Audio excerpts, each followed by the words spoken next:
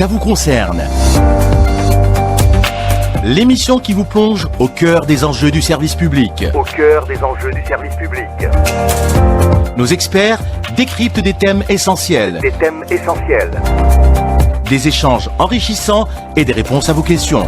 Ça vous concerne, votre rendez-vous pour comprendre, participer et agir. Participer et agir. 10h06 sur Al Jishin 3. Madame, monsieur, bonjour, bienvenue à vous. Merci de nous rejoindre dans votre espace. Ça vous concerne. Nous sommes très heureux de vous retrouver comme chaque matin. Hakim Ben Moussa à la réalisation et au micro Nahla Bekralas. On est le mardi 17 juin 2025. C'est la dernière de la semaine et puis de la saison pour Ça vous concerne. Demain, Hakim Ben Moussa vous proposera un best-of de l'émission. Mais en attendant, on a une heure devant nous, une heure à passer ensemble et on la passera à parler d'investissement dans le secteur du tourisme, un secteur au fort potentiel, comme vous le savez, pour l'Algérie. Il pourrait, aux côtés de l'agriculture, libérer peut-être totalement l'Algérie de sa dépendance aux hydrocarbures. Mais pour capter plus de touristes, il faut vendre du rêve. Et pour vendre du rêve, il faut mettre le paquet, il faut investir. Le secteur du tourisme vit en ce moment un tournant important avec l'assainissement de son foncier. L'opération a déjà commencé. Elle est suivie de près par le chef de l'État. Alors pourquoi cette opération? Que va-t-elle apporter au secteur et aux investisseurs? La disponibilité du foncier est-il le seul besoin des investisseurs? Qu'en est-il du financement? Nous verrons tout cela avec nos invités ce matin. Salim Mahnaoui, directeur général de l'Agence nationale du foncier touristique. Hafid Abdelhakim, chef département investissement, suivi et reporting grande entreprise BDL. Et l'Arbi Ben Cha'ban, investisseur opérateur économique dans le secteur, installé dans la wilaya de Inti Mouchent et membre de la Fédération nationale du tourisme. Ça vous concerne. On va parler ce matin de l'investissement dans le secteur du tourisme. Restez avec nous, on vous revient. 10h11, bienvenue sur Al Jishin 3. Merci de nous rejoindre dans votre espace. Ça vous concerne. Nous parlons ce matin d'investissement dans le secteur du tourisme en compagnie de nos invités à qui nous souhaitons la bienvenue. Monsieur Salim Mahnaoui, directeur général de l'Agence nationale du foncier touristique. Monsieur Mahnaoui, bonjour. Merci d'être parmi nous. Monsieur Hafid Abdelhakim, chef département investissement, suivi et reporting grande entreprise à la BDL. Bonjour monsieur. Bonjour madame. Merci d'être parmi nous. Et nous avons un investisseur évidemment pour parler d'investissement. L'Arbi Ben Cha'ban, investisseur, vous êtes opérateur économique aujourd'hui installé dans la wilaya de Inti Mouchent et vous êtes aussi membre de la Fédération nationale du tourisme. Bonjour monsieur, merci d'être parmi nous. Bonjour madame et merci pour l'invitation. Alors je le disais, on en parle ce matin d'abord parce que le tourisme c'est important pour l'économie nationale, pour le pays et puis pour chaque Algérien qui veut investir, qui veut tout simplement passer ses vacances chez lui en Algérie, dans le pays, en avoir pour son argent. C'est très important le service dans le tourisme, on verra cela dans un moment. Les pouvoirs publics sont conscients évidemment du challenge et d'ailleurs une opération d'assainissement du foncier touristique a commencé tout récemment. Alors d'abord le pourquoi de cette opération, monsieur Mahnaoui, et qu'est-ce qu'elle va apporter réellement pour ces investisseurs et puis pour le tourisme d'une manière plus globale. Merci madame, donc encore une fois bonjour chers auditeurs. Donc avant de commencer, j'aimerais bien de présenter l'agence. Donc l'Agence nationale du foncier touristique, c'est une nouvelle agence créée par décret en décembre 2023. Ça rentre dans le dispositif de la loi du foncier économique. Donc l'agence foncière du foncier touristique, elle va mettre à la disposition de l'agence algérienne de promotion de l'investisseur. Donc la plateforme de l'investisseur, elle va mettre à sa disposition du foncier aménagé, donc prêt à être exploité par les investisseurs. Donc cette agence est un peu l'héritière de l'Agence nationale du développement du tourisme, donc la ANDT, qui a passé plus de 25 ans d'exercice, donc une expérience sur le terrain avec une banque de données assez importante. Et actuellement, nous disposons de 249 zones d'expansion touristique. Et l'opération d'assainissement a touché une bonne partie des zones. Donc nous avons 27 zones qui sont directement seront déclassés, sont proposés au déclassement. Donc ils vont perdre la vocation touristique Parce que c'est principalement des zones qui ont été consommées soit par la ruralisation, par des investissements, des équipements publics. Parce qu'une zone touristique répond à des normes. Des normes, Oui. donc on ne peut rien réaliser sauf l'investissement touristique. La loi 303, c'est précisé qu'on ne peut réaliser que l'investissement touristique sur les zones touristiques. D'accord. Donc là où il y a l'urbain, donc une décision des pouvoirs publics, et monsieur, madame la ministre a veillé sur ça, c'est qu'on doit assainir ce foncier pour libérer un peu le citoyen. Parce que le citoyen qui a construit à l'intérieur de la zone touristique ne peut pas régulariser. Donc la Z n'est pas concernée par la régularisation, soit les deux textes de régularisation de la bâtisse ou de la construction, les Z ne sont pas concernés. Oui. Donc ça c'est un premier point. Le deuxième point c'est le déclassement partiel. Donc nous avons 51 Z qui est concerné par le déclassement partiel. Le déclassement partiel sont donc Oui. Oui, s'il vous plaît, pour mettre juste le téléphone en mode silencieux. Non, on ne sait pas lequel de téléphone est en train de vibrer. Oui, poursuivez, monsieur Mehnaoui. Donc, nous avons 51 Z qui sont concernés par le déclassement partiel, c'est-à-dire qu'on enlève toute la partie qui est un peu agressée. Donc, on laisse la Z, elle garde sa vocation. 51, oui. Donc, pour les 249 Z classés, nous avons 79 Z qui disposent d'un plan d'aménagement touristique. Donc le plan d'aménagement touristique il va dégager un foncier touristique qui sera mis à la disposition des investisseurs, sur la plateforme bien sûr de l'investisseur, mais à condition qu'il soit aménagé. Donc l'opération d'aménagement est déjà commencé. Donc nous avons démarré l'aménagement pour 10 ans d'expansion touristique. Donc l'appel d'offres pour les entreprises de réalisation a été lancé ce dimanche. Donc 10 nouvelles zones. 10 nouvelles zones, c'est des zones qui existent. C'est l'aménagement de ces zones.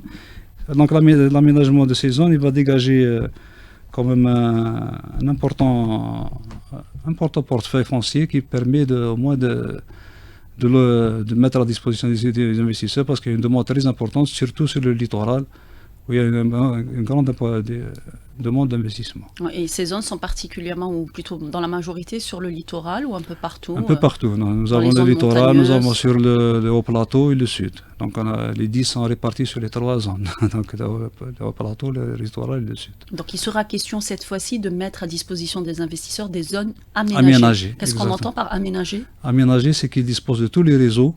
Oui. Et bien sûr, l'agence sera là présente pour assurer la sécurité et l'entretien.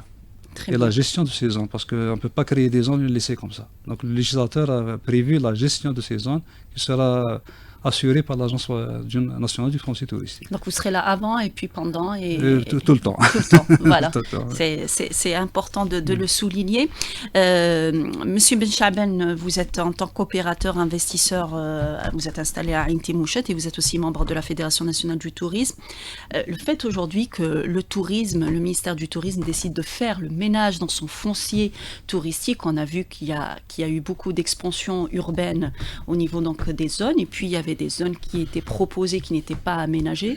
On aimerait bien avoir l'évolution de la situation en Algérie, comment c'était, comment c'est maintenant, et comment ça pourrait être mieux dans l'avenir.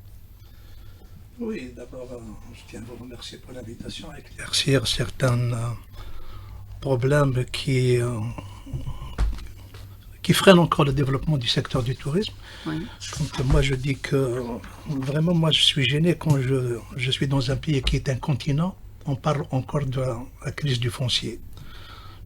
Monsieur le Président de la République a pris une décision de créer l'API pour les nouveaux projets. Oui. C'est une bonne chose. Mais la problématique qui se pose pour les investisseurs existants, c'est la régularisation du foncier actuel. Oui. Parce que maintenant, pour les nouveaux projets, ça ne pose pas de problème. Un investisseur qui vient, il se connecte avec la plateforme de l'API, oui. Il fait sa demande et il y a une sélection qui se fait. Mais maintenant, le problème qui existe, un problème très récurrent, c'est l'assainissement du foncier des structures existantes. Oui. Dieu merci, à un moment donné, ils ont arrêté carrément la régularisation. Il y avait des walis qui décidaient de la régularisation. Il y avait une loi qui interdisait aux walis de régulariser en attendant l'installation de l'API. Il y avait encore une loi, qui est la loi 1723, qui spécifie bien que les structures existantes ne relèvent pas dans le cadre de l'API. Ils relèvent du cadre de la régulation d'une commission locale présidée par M. Louali. Jusqu'à présent, il y a certains au niveau local, il y a certains trucs, je ne sais pas, moi je l'avais dit plusieurs fois, il y a certains cadres malheureusement qui s'opposent pour le plaisir de s'opposer. La régularisation, justement, pour comprendre la situation, qu'est-ce qu'elle apporte, la régularisation, à un opérateur dans le secteur? À la régularisation, d'abord, un opérateur, vous savez qu'il y a toujours des imprévus dans le domaine de réalisation. Oui. Surtout quand il s'agit de grands projets, des projets structurants, on n'a pas vraiment des bureaux spécialisés pour faire une étude ficelée. Oui. Et surtout quand on réalise sur un terrain rocheux, sur un terrain meuble et en zone sismique. Oui. Lors des vous devez terrassements, faire face à des aléas. Il y a toujours, c'est notre cas, c'est par rapport à, j'ai mis plusieurs fois ma banque dans la difficulté par rapport à ce genre d'aléas. Dieu merci, il nous a accompagnés, il ne cesse de nous accompagner. Donc, il y a quand vous avez un permis de construire sur une parcelle donnée, quand vous procédez au terrassement, Dame Nature a toujours caché ses secrets, il y a toujours des imprévus. Il y a des parcelles, il y a certains ouvrages qui n'ont pas été prévus sur le bureau d'études initiales. Et du coup, des surcoûts. Ça coûte des surcoûts et c'est du terrain aussi encore. Oui. Quand vous avez du terrain, quand vous avez un responsable qui vous dit allez-y travailler, il n'y a pas de problème, on ne va pas vous mettre dans une boîte d'allumettes. Après, vous en tant qu'investisseur, vous vous engagez. Monsieur le Wali, il part pour une autre wilaya où il est ministre. Il y a un Wali qui vient, il n'épouse pas, il vous dit moi je ne suis pas concerné. Et vous vous retrouvez dans une situation. Dans une situation vraiment. C'est parmi les difficultés que rencontrent aujourd'hui les investisseurs. C'est la plus grande problématique des investisseurs actuellement, c'est la régularisation du foncier et heureusement maintenant il y a la loi 1723 qui autorise les Wali avec l'exécutif d'assainir cette situation. Très bien. Alors parmi donc les choses importantes à mettre en valeur dans le tourisme, c'est évidemment le financement de tous ces projets d'investissement, et les banques justement, notamment les banques publiques, sont là pour accompagner les investisseurs et opérateurs. En tant que banque, qu'est-ce qui est proposé aujourd'hui justement pour répondre à ce que recherchent en fait les investisseurs, à savoir beaucoup d'argent pour ériger rapidement leur projet et puis commencer à travailler, faire rentrer de l'argent et vous rembourser par la suite. Bonjour encore une fois, bonjour chers auditeurs. Je vous remercie pour votre invitation. C'est nous qui vous remercions. Oui, merci madame. Concernant le financement du secteur tourisme, tout d'abord il faut souligner que notre pays, c'est un musée à ciel ouvert. On a du potentiel. C'est juste qu'on a besoin des promoteurs, comme M. Ben Chaban, avec l'accompagnement des banques. La notion des banques aujourd'hui, y compris notre banque, on ne parle pas d'un crédit, on ne parle pas d'un financement, on parle d'accompagnement. Ce qui est traduit par un accompagnement financier, et on donne un conseil à notre investisseur, quel que soit dans le secteur tourisme ou le secteur industrie. Notre objectif aujourd'hui en tant qu'une banque, on ne finance pas uniquement le secteur privé ou le secteur de l'industrie. On est parmi les rares banques qu'on a financé le secteur tourisme. Oui. Parce que notre portefeuille, il est de 80% secteur privé. On finance la PME, la PMI et le secteur tourisme. On a adapté un mécanisme pour le financement de ce secteur. On peut aller jusqu'à 10 ans comme une durée de remboursement. Oui. On offre aussi la bonification trésor qui varie entre 2 et 3% selon la dernière, c'est par zone. Des périodes différées allant jusqu'à 3 ans, 4 ans. Oui. Une souplesse traitement de dossier. On est allé aujourd'hui à 21 jours concernant le traitement de dossier de financement, l'investissement, et moins de 10 jours concernant l'exploitation. Aujourd'hui, l'investisseur, secteur tourisme. Tout le monde connaît que c'est un secteur un peu sensible. Il a besoin de l'infrastructure pour être avec le projet. Il a besoin de moyens, beaucoup de moyens. la solidité du promoteur, c'est un secteur sensible. Ce que offre la banque aujourd'hui, deux types de financement. L'investissement et le cycle d'exploitation, y compris le réaménagement. Aujourd'hui, on peut démarrer avec un investisseur, avec son apport financier, avec l'assiette et le financement bancaire pour naître le projet. Le projet, après la réalisation, il a besoin d'autres financements. Et vous êtes là aussi? Oui, on est là et on accompagne toujours nos investisseurs. C'est parce que la réussite du projet, c'est l'objectif de la banque et du client et l'investisseur. Et un plus pour notre pays. Il faut prendre en considération. C'est-à-dire que vous ne vous arrêtez pas au projet en lui-même en tant qu'infrastructure, mais vous allez après, parce que l'idéal ou le plus important, c'est l'exploitation du projet, n'est-ce pas, monsieur Chaban? Oui. Bien sûr. On est une banque sur le terrain. Oui. On travaille beaucoup plus sur le terrain. On est à côté de notre investisseur. Ces difficultés, c'est ce qui touche le projet, touche la relation entre banque et client. On est des partenaires. En tant que banque, il y a des textes bien codifiés. Est-ce que vous avez une marge de manœuvre quand vous avez un investisseur qui est devant vous et qui est dans la peine de réaliser son projet? Il veut que ça se fasse rapidement. Est-ce que vous avez cette marge de manœuvre en tant que banque? En tant qu'une banque, tout ce qui est porteur... Parce que vous aussi, vous prenez des risques. Oui. Le rôle de la banque, c'est le risque. Exact. C'est notre métier. Le risque, c'est notre métier. Mais un risque sûr, mieux qu'un risque pas sûr. Aujourd'hui, on finance un projet. Dès qu'il entre en exploitation, c'est mieux pour les deux. Mais dès qu'il rencontre des difficultés, on l'accompagne aussi. Parce que l'objectif aujourd'hui, c'est pas de donner de l'argent et récupérer notre quote-part. Nous investissons dans ce domaine avec le promoteur en parallèle pour récupérer non seulement ce qui a été financé, mais donner une richesse à notre pays. C'est notre facteur majeur. Faire des bénéfices. Bien sûr. Pour les uns et pour les autres, n'est-ce pas? Oui, monsieur Benchaban, à ce sujet. Je vais essayer de rebondir sur le système de crédit bancaire. Tout d'abord, je tiens à remercier ma banque. Nous, j'ouvre une parenthèse, notre projet, le nouveau projet, c'est un projet à caractère public-privé, dont l'État détient 42% du capital pour une durée. Et je remercie tout l'ensemble de la BDL de m'avoir accompagné, de faire confiance à truc. Mais le problème qui se pose actuellement, ce n'est pas que pour la BDL, c'est pour toutes les banques algériennes. Ils ont mis des sommes qui ne rentrent pas dans la tête, dans l'esprit.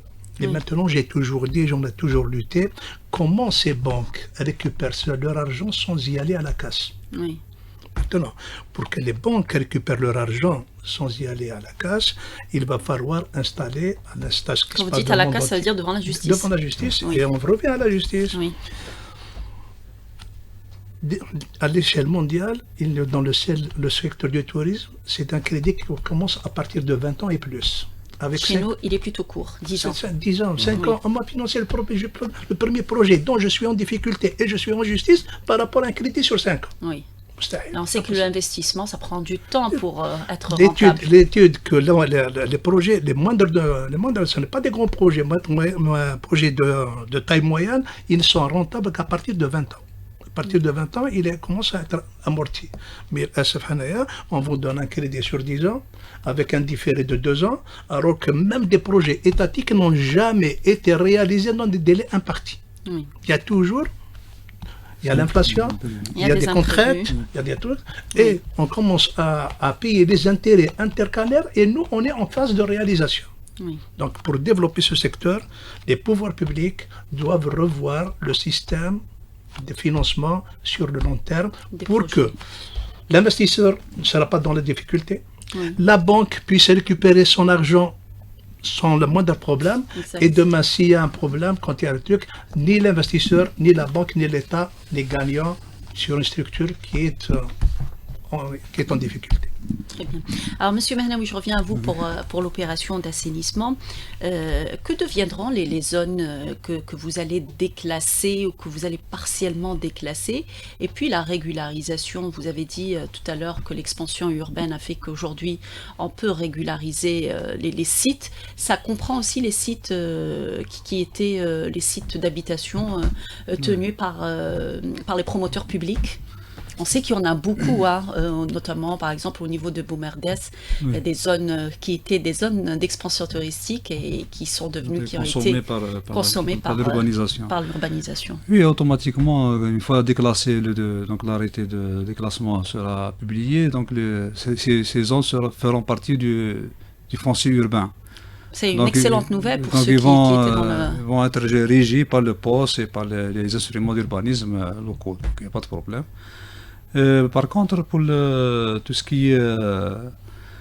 bien sûr, nous avons des zones qui sont réglementées déjà. Donc, nous avons 79 Z qui ont un PAT, un plan d'aménagement touristique. Donc les zones réglementées ne seront pas touchées par cet assainissement. Très bien. Donc les PAT sont préservés, donc ils vont être exécutés en tant que foncier touristique. Le reste, bien sûr, nous avons sur les 249 Z, nous avons 27 qui vont être déclassés. Donc les 222 qui restent, ils seront exploités pour le tourisme automatiquement. Donc c'est toutes les formes. Donc nous avons le tourisme balnéaire ou bien de haute montagne, ou bien climatique, ou bien du Grand Sud. Donc ils vont garder leur vocation. Est-ce que les mécanismes ont été mis en place cette fois-ci justement pour éviter de reproduire en fait le même scénario, à savoir l'expansion urbaine qui va... Justement, ça c'est la mission de l'Agence nationale du foncier. Donc la foncier doit sauvegarder ce foncier. Le foncier classé doit être sauvegardé par l'Agence nationale du foncier, bien sûr en collaboration avec les directions de tourisme au niveau local. Et bien sûr, les directions de tourisme sont dotées d'inspecteurs assermentés qui peuvent même faire des PV d'infraction. Donc tout un dispositif qui est mis en place pour justement protéger ce foncier. Protéger même, c'est-à-dire même entre publics, il ne peut pas y avoir cette fois-ci ou dans l'avenir une expansion urbaine, même si elle est détenue par le public, par les opérateurs publics. Non, je ne pense pas. Donc, tout le monde est sensible maintenant au foncier. Parce que les agressions sont généralement été constatées pendant la décennie noire, où la majorité de la population se sont presque évadée vers le littoral, parce que le littoral c'était la partie la plus sécurisée. C'est pour ça que même on ne peut pas procéder à leur évacuation rapide. Donc la meilleure solution c'est de déclasser pour régulariser ces gens qui sont déjà, ils ont plus de 10 et 20 ans d'existence sur le site, donc on ne peut pas les déplacer. Il y a eu des investisseurs qui étaient dans l'attente du foncier que vous n'avez pu leur accorder, faute justement... Oui, il y a eu des agressions, donc des lots qui sont occupés par les indo-occupants. Bon, il y a une partie, bien sûr, il n'y a pas que les occupants, il y a aussi les terres agricoles, parce qu'à un certain moment, lors du classement des Z, ça s'est fait en 1988. Dans cette période, il n'y avait pas le cadastre, ça n'était pas à jour. Exact, oui. Donc une fois qu'on a commencé l'application des instruments, on sait qu'il y a une contrainte du cadastre, donc de la propriété foncière, de la nature juridique du terrain. Donc on a rencontré des terrains agricoles, il y a des terrains privés, il y a des terrains... la forêt, on l'a gardé parce que c'est un potentiel touristique. La forêt, ça reste un potentiel touristique. Oui. Elle est préservée, mais ça reste dans le potentiel touristique. Mais tout ce qui est la nature juridique ne va pas avec le tourisme, donc elle doit être déclassée. Très bien. Je rappelle que nous parlons ce matin de l'investissement dans le secteur du tourisme en compagnie de nos invités. Monsieur Hafid Abdelhakim, chef département investissement suivi et reporting grande entreprise à la BDL. Monsieur Al-Arbi Ben Chaben, investisseur opérateur dans le secteur installé à Ain Timouchet. Et Monsieur Salim Behnaoui, directeur général de l'Agence nationale du foncier touristique. Restez avec nous, on revient dans quelques instants. Merci à vous de nous rejoindre sur Algéchin 3. Ça vous concerne, il est 10h36. Nous allons continuer à dérouler l'émission. Et nous parlons ce matin d'investissement dans le secteur du tourisme en compagnie de nos invités, M. Salim Behnaoui, directeur général de l'Agence nationale du foncier touristique, M. Hafid Abdelhakim, chef département investissement à la BDL, et M. Al-Arbi Ben Chaben, investisseur opérateur dans le secteur installé dans la wilaya de Ain Timouchet. Alors nous parlons un peu des difficultés pour pouvoir avancer, faire avancer les choses. Alors il y a une opération d'assainissement qui est entreprise par l'Agence nationale pour mettre à disposition le foncier. Il y a les banques aussi qui font des efforts pour accompagner aujourd'hui. Monsieur Abdelhakim tient à préciser que la banque aujourd'hui accompagne l'investisseur dans les différentes étapes. Et puis il y a vous, l'investisseur, qui êtes sur le terrain et qui vous êtes confronté à des situations parfois insolites imprévus. Alors, combien d'investisseurs aujourd'hui, d'opérateurs dans le secteur, sont en difficulté financière et sont en litige, Monsieur Ben Chaaben? Croyez-moi que je dois passer le message qui m'a été chargé par notre président de le transmettre en direct à la radio au pouvoir public. En tant que président de la Fédération nationale du tourisme, je rappelle. Lui, moi je suis membre du comité du bureau national, monsieur le président, et des empêchements. Donc il m'avait chargé de parler, de lancer un SOS pour plus de 70% des structures sont en difficulté de remboursement. Et la majorité, ils sont tous devant les tribunaux. Donc nous demandons maintenant à ce que l'État intervienne pour nous aider de trouver un truc dans le cadre légal et réglementaire. Le capital, il est indiscutable. L'argent, le capital qu'on avait emprunté, il est indiscutable. Il faut le rembourser. Capital, la problématique qui se pose, le problème c'est sur les intérêts, sur les pénalités de retard, sur les gens à qui on a rééchelonné leur mandat, leur crédit, on a inclus même le rééchelonnement la TVA. La TVA qui est un bien public, elle devient à générer les intérêts. Il y a des gens qui ont contracté 10 milliards de centimes comme crédit, ils se retrouvent maintenant à rembourser plus de 50 milliards. Ce n'est pas possible. Donc, nous le sommes. Il y a du passé. L'État a intervenu quand ils ont décidé d'assainir l'agriculture. Ils ont effacé toutes les dettes de l'agriculture. Nous ne demandons pas l'effacement de la dette. Nous demandons d'être accompagnés en nous effaçant les intérêts intercalaires et les intérêts dégagés par la TVA. Donc, si le secteur du tourisme redevient ce qu'il a été, il faut passer par l'assainissement du foncier et l'accompagnement des entreprises en difficulté. Et il faut que ça soit pas cas par cas. J'avais même sollicité moi, même j'ai saisi même les plus hautes autorités, de créer des commissions d'arbitrage. Il y a des gens qui ont pris de l'argent disparu de la nature. Ce n'est pas ces gens qu'on doit aider, mais il y a des gens qui ont vendu leurs biens. Il y a des gens leurs enfants sont décédés par rapport à leur structure. Et aujourd'hui, on les met dans la difficulté pour que demain, au niveau du tribunal, un juge il vous dit la banque, vous avez emprunté de l'argent, vous devez rembourser. Il ne tient pas compte des contraintes. Nous demandons des commissions d'arbitrage pour étudier cas par cas les entreprises en difficulté pour sauver des gens. Parce que c'est nous qui sommes en train de développer ce secteur, on est les premiers. Il y a des gens qui ont investi dans ce secteur, lors de la décennie noire, des gens prenaient leur argent et leurs capitaux et leurs enfants, puis ils partent à l'étranger. Nous, on est resté sur place. On a réalisé. Le secteur, il est ce qu'il est, c'est grâce à nous. Nous, grâce à nous. Non, malgré notre persévérance, malgré notre courage, s'il n'y avait pas l'accompagnement bancaire de l'administration, vous aurez disparu aussi. Et comment Donc, alors, monsieur Ben Chaaben, juste pour précision un peu, on voudrait avoir quelques détails sur les 70% donc des investisseurs dans le secteur qui sont devant la justice pour un litige. Ils sont à quel niveau dans leur projet? Est-ce que c'est des projets qui ont un peu vu le jour, qui sont à leur début? Ça fait combien de temps? Il y a des projets qui sont en exploitation. D'accord. Mais surtout le balnéaire, je dis bien le balnéaire, on ne parle pas du tourisme urbain. Pour fixer ces millions d'Algériens qui partent à l'étranger, ils partent pour le tourisme balnéaire, ils ne passent pas dans le tourisme d'hôtel. Donc la structure balnéaire, c'est un tourisme qui fonctionne 45 jours dans l'année, du 15 juillet au 30 août. Le 31 août, on ne dirait pas qu'il y a quelqu'un qui est passé par là. Donc 45 jours, il y a des structures qui n'arrivent même pas à rembourser les services de la dette, les intérêts seulement. Donc c'est par rapport à ça qu'ils sont tous dans la difficulté de remboursement. Le capital, il est très difficile à rembourser, les capitals, surtout quand il y a de grandes sommes, sur 5 ans ou 10 ans. Mais les intérêts, toutes les structures peuvent rembourser. C'est pour ça que nous demandons la révision du taux de délai de remboursement pour les crédits bancaires. Ces difficultés expliquent aujourd'hui le service qui n'est parfois pas plaisant pour ceux qui veulent passer des vacances dans le pays.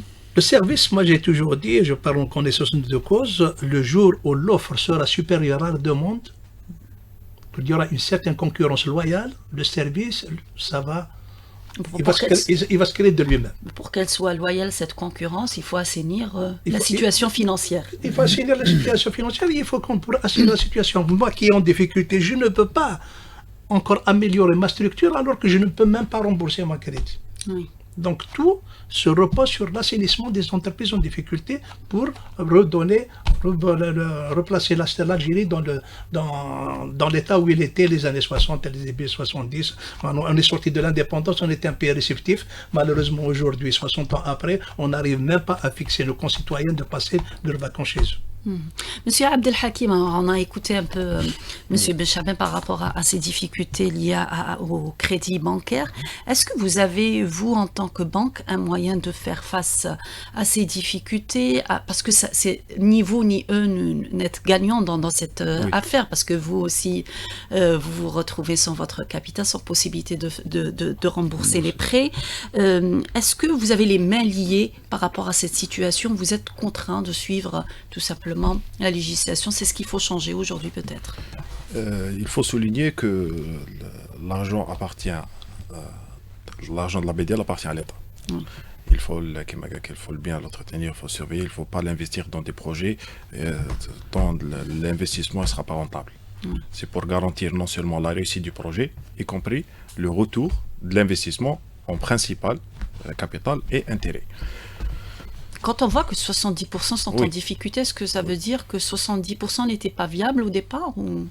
Non. Je redis encore, c'est un secteur sensible. D'ailleurs, il a été touché par la pandémie Covid durant 3 ans, d'où l'État a intervenu avec un mécanisme, une note pour glisser ces années de difficultés aux autres années. On a aussi procédé à consolider et rééchelonner et mettre à l'aise nos investisseurs en termes de remboursement. On a recapitalisé tout ce qui est dette pour alléger le promoteur à régler ses échéances et honorer ses échéances avec des différés des paiements. Aujourd'hui, on applique un différé total et il ne va pas payer la période des intérêts intercalaires, un différé total et capitaliser à la fin. On a donné plus de temps, mais la réalité, c'est qu'on ne peut pas aller jusqu'au-delà de 10 ans en termes de financement.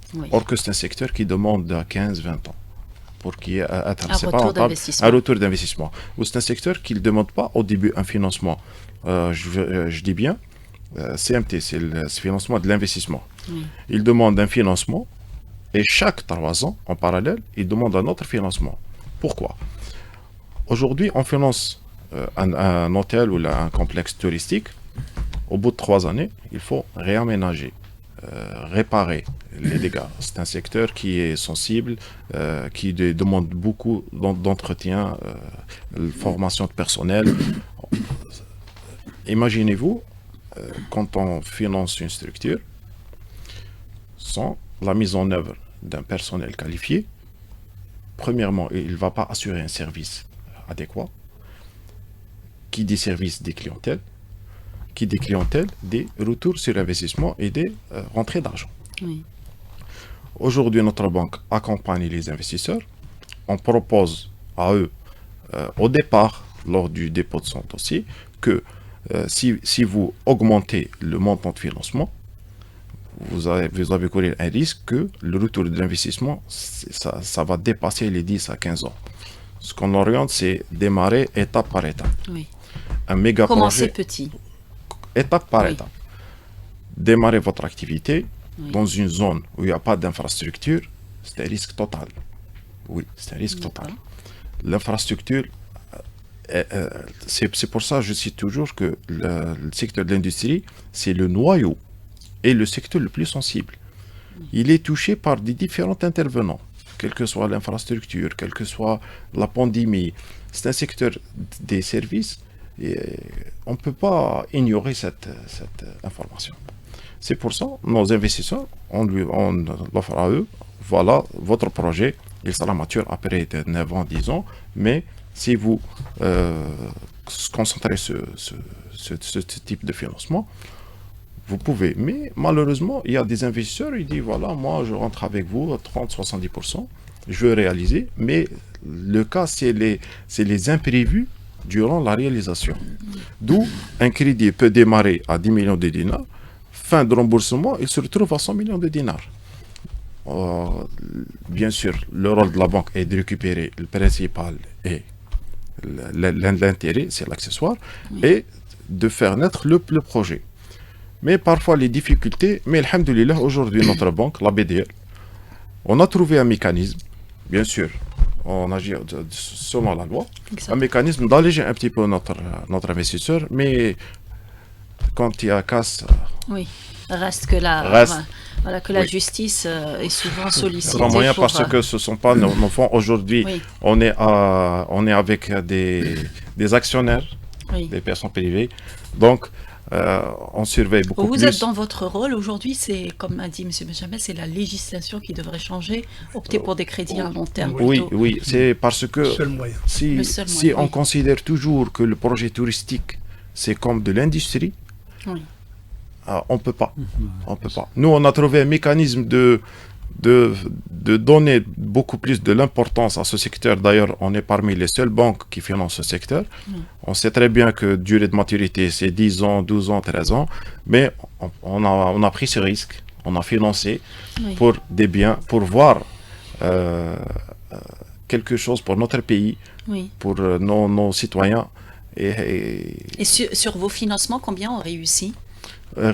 Parmi eux M. Benchaban, la perle de Aït Mouchent. On a des financements qui ont réussi, on a d'autres financements qui ont rencontré des difficultés actuelles, mais on a trouvé un moyen. Mais quand il s'agit de la casse, on ne peut pas y aller au-delà de la loi. Oui, exact. Ils sont nombreux? Pas nombreux pour notre banque, mais d'après les statistiques, sont nombreux, c'est parce que il y a des financements qui ont été déjà bien avant. Aujourd'hui, alhamdoulilah, on s'accumule, Nous, on a trouvé un mécanisme de consolider, de donner une bouffée d'oxygène à nos investisseurs. C'est pour recaler le projet. Mais quand il y a casse, on ne peut rien faire. Vous ne pouvez rien faire. Monsieur Benchamin, vous voulez rajouter quelque chose? Rapidement, moi, je vais éclaircir la situation des entreprises en difficulté. Ce n'est pas des gens qui ont construit sur l'urbain. Ce n'est pas les grandes structures. Ça a touché beaucoup plus des gens qui ont des structures sur le balnéaire à l'intérieur du pays. Quand vous travaillez 45 jours dans l'année et perturbé par les 7 ans, parce que on a été perturbé par la période du mois de carême. Pendant 7 ans, on travaillait 15 jours dans l'année. Tout de suite, le carême, j'ai le hirak. Comme le hirak, j'ai la Covid. Pendant 10 ans. On était en difficulté, on n'arrive même pas à dégager des fonds pour entretenir nos structures. Et ça, c'est des difficultés mondiales que tout le monde a subi plus ou moins. Chez nous, en Algérie, c'est spécial. Chez nos voisins, Ramadan ou la Machia Ramadan, mais à la balance, je fais la première nous. Parce qu'ils ont des touristes étrangers, surtout. Ils ont des touristes étrangers, même locaux. On n'entre pas dans les détails, mais chez nous, c'est un cas spécial. Vous fermez carrément pendant Ramadan. On faisait des promotions à 4000 dinars l'appartement, on ne trouve pas d'acquéreur. L'appartement, il vous dit, moi, le Ramadan, c'est sacré. On le passe chez nous. C'est la cause, c'est la principale cause, avec les crédits sur le moyen terme, qui ont mis les difficultés des 70% des structures balnéaires. Alors nous demandons à l'État de prendre en considération cette difficulté, d'arrêter de traîner les gens devant la justice. On nous prend comme l'ONCEJ. L'ONCEJ nous a arrêté de traduire les acquéreurs devant la justice. Qu'on cesse de nous arrêter, de nous traiter, de traîner devant les tribunaux, qu'on dégage une commission. Si quelqu'un comme mérite d'être accompagné, on l'accompagne. Si on voit un projet, on l'accompagne. Étudier cas par cas, assainir comme ça a été fait pour le foncier, justement. Le foncier, aujourd'hui, M. Mahnaoui, il y a vraiment une transparence pour les investisseurs. C'est clair, net, il y a beaucoup moins d'interventions humaines. Justement, c'est la loi 23-17 qui concerne le foncier économique a bien précisé le mode d'octroi du foncier. Donc, c'est par le biais de la plateforme de l'investisseur qui est un peu gérée par l'Agence algérienne de promotion d'investissement. Donc, tout investisseur, tout citoyen peut de faire sa demande au niveau de cette plateforme suivant la disponibilité du foncier aménagé. Donc le traitement de cette demande se fait automatiquement, se fait de façon robotique, donc il n'y a pas d'intervention humaine. Donc là, ça, c'est une façon de... Il y a une transparence, donc le meilleur, c'est le meilleur qui est attributaire de ce lot. S'il y a plusieurs demandeurs, donc le meilleur qui a le plus de points, et le texte, la loi sur le foncier économique a précisé des critères de classement de ces investisseurs. Très bien. Donc tout est clair. Donc, Alors l'aléa climatique aujourd'hui c'est important à prendre en considération, on le voit partout dans le monde. Justement, est-ce que c'est un paramètre que vous considérez au niveau de l'agence au moment de classer, déclasser, d'identifier les zones et puis d'attribuer le foncier? Oui, le climatique et surtout la protection de l'environnement. Donc c'est deux critères très importants. Donc pour l'investisseur, nous avons des zones qui sont dans des zones climatiques, telles que par exemple Khanchla, une zone forestière, complètement forestière, avec bien sûr combinée avec le thermalisme. Il y a des zones qui le jour Jura, il y a des zones où ils sont en pleine forêt, on préserve la forêt et on encourage l'investissement. Avec bien sûr avec des cahiers de charges bien serrés pour éviter les agressions et pour éviter les matériaux nuisibles à cette nature. Justement, les matériaux, on construit qu'avec du dur chez nous pour l'investissement. Non, maintenant, sur les cahiers de charges, on parle même de trucs légers, de trucs démontables, on parle même de produits locaux, donc du bois ou bien de la pierre. Donc ça dépend des régions. Donc c'est des choses qui vont arriver par la suite après. Oui, on espère bien, que même les investisseurs adhèrent à ce processus et comme ça on aura un résultat, Inch'Allah. Très bien. Le nouveau cahier des charges dont vous parlez à l'instant est disponible? C'est par zone. Par zone? Par zone, chaque zone a son cahier de charges. Et l'opération d'assainissement, aujourd'hui, elle en est où? L'assainissement, c'est la dernière phase, et on va d'approbation au niveau de l'EGG. Donc, secrétaire général du gouvernement. Oui. Donc il y aura publication et par la suite tout le monde sera c'est l'application directement. Très bien. Tout le monde sera libéré. Très bien, tout le monde sera libéré, y compris, comme vous le disiez tout à l'heure, ceux qui habitent donc ces zones touristiques et qui sont concernés, qui voulaient être régularisés. On arrive pratiquement au terme de cette émission. Peut-être un dernier tour de table avec vous, Monsieur Bechabin. Vous avez certainement quelque chose à rajouter. Écoutez, moi je dis, je ne cesse de remercier, que ce soit l'administration, les banques, la Finalep, Jazel Ijar, parce qu'ils sont partenaires avec nous. Parce que moi je le dis, malgré ma bonne volonté, malgré mon courage, malgré ma persévérance, s'il n'y avait pas un accompagnement, je ne ferais jamais ce qu'on a réalisé. On a réalisé une structure qui vient d'être inaugurée par Madame la Ministre le jeudi passé. On est dans le tourisme médical et sportif. C'est un segment unique en Algérie. Et sans l'accompagnement bancaire administration, on ne pourrait jamais réaliser ça. Je tiens à les remercier, à les encourager encore à y aller de l'avant pour accompagner ce secteur qui est censé comment utiliser le mot, participer à l'économie nationale. Substituer à la rente pétrolière dans un avenir très proche. Oui, oui. Et il faut le faire très vite. Très vite. On a perdu beaucoup de temps. Oui. Le temps, c'est de l'argent. Essayez de nous accompagner dans un cadre légal et réglementaire et dans le temps. Très bien, le message est passé. J'espère qu'il y aura de bonnes nouvelles pour vous et pour les investisseurs. Un dernier mot, Monsieur Abdelhakim? C'est juste ajouter qu'on travaille dans la réglementation et on est une banque qui finance... vous êtes animé de bonne volonté, vous êtes prêt à faire toujours plus. Bien sûr, on est là pour le risque, accompagner nos investisseurs, voir leur projet réussi, voir ajouter quelque chose à notre pays. Mais on demande beaucoup plus, c'est revoir les durées de remboursement, c'est par des textes de loi ou des notes ministérielles. C'est parce que c'est un secteur qui demande une attention particulière. Les durées de remboursement, on ne peut pas y aller jusqu'à plus de 10 ans, mais c'est un secteur qui demande jusqu'à 20 ans. C'est un secteur sensible. Il n'a pas besoin uniquement de financement bancaire, mais accompagnement en termes d'infrastructure, formation de personnel, parce que c'est un secteur des services et les services sont sensibles. Très bien. Le message est aussi passé. J'espère que vous allez aussi être écoutés à travers donc, cette problématique que nous avons posée aujourd'hui. Monsieur Mehnaoui, un dernier mot justement. Est-ce que vous pouvez justement intervenir là-dessus pour, si vous avez du foncier qui n'est pas pris par les investisseurs, à quoi bon, j'ai envie de dire. Là aussi, peut-être le même mot pour les pouvoirs publics afin d'améliorer l'accès.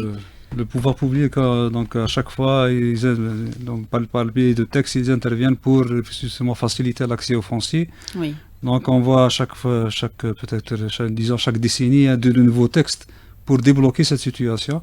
Et actuellement, on voit vraiment une demande assez importante. D'ailleurs, si on voit quelques chiffres, nous avons, pour l'année 2025, il va y avoir la réception de 145 projets à travers le territoire qui vont dégager au moins 16 000 lits. Donc c'est déjà, les choses sont en évolution. C'est vrai que, comme a dit M. Chaben, donc plus il y a plus d'arborisation, plus il y aura la qualité de service et les prix seront plus accessibles aux simples citoyens. Merci à vous, messieurs, en tout cas, de nous avoir éclairés sur ce sujet important. Je rappelle que nous avions comme invité M. Salim Mehnaoui, directeur général de l'Agence nationale du foncier touristique, M. Hafat Abdelhakim, chef département investissement à la BDL, M. Al-Arbi Ben Chaben, investisseur opérateur dans la wilaya de Ain Timouchet. Merci à vous de nous avoir suivis. Merci à Hakim Ben Moussa. Je vais prendre mon temps parce que c'est la dernière, ça va être assis. Merci Hakim Ben Moussa de nous avoir accompagnés toute cette saison. J'espère qu'on aura travaillé encore ensemble. Siddiq à la technique, Yassine au streaming, Tahara à la régie d'antenne. Merci à Hakim Abdelghafour également. Coucou. Je vous dis peut-être à la saison prochaine, on ne sait pas. On verra. Merci et bonnes vacances en tout cas.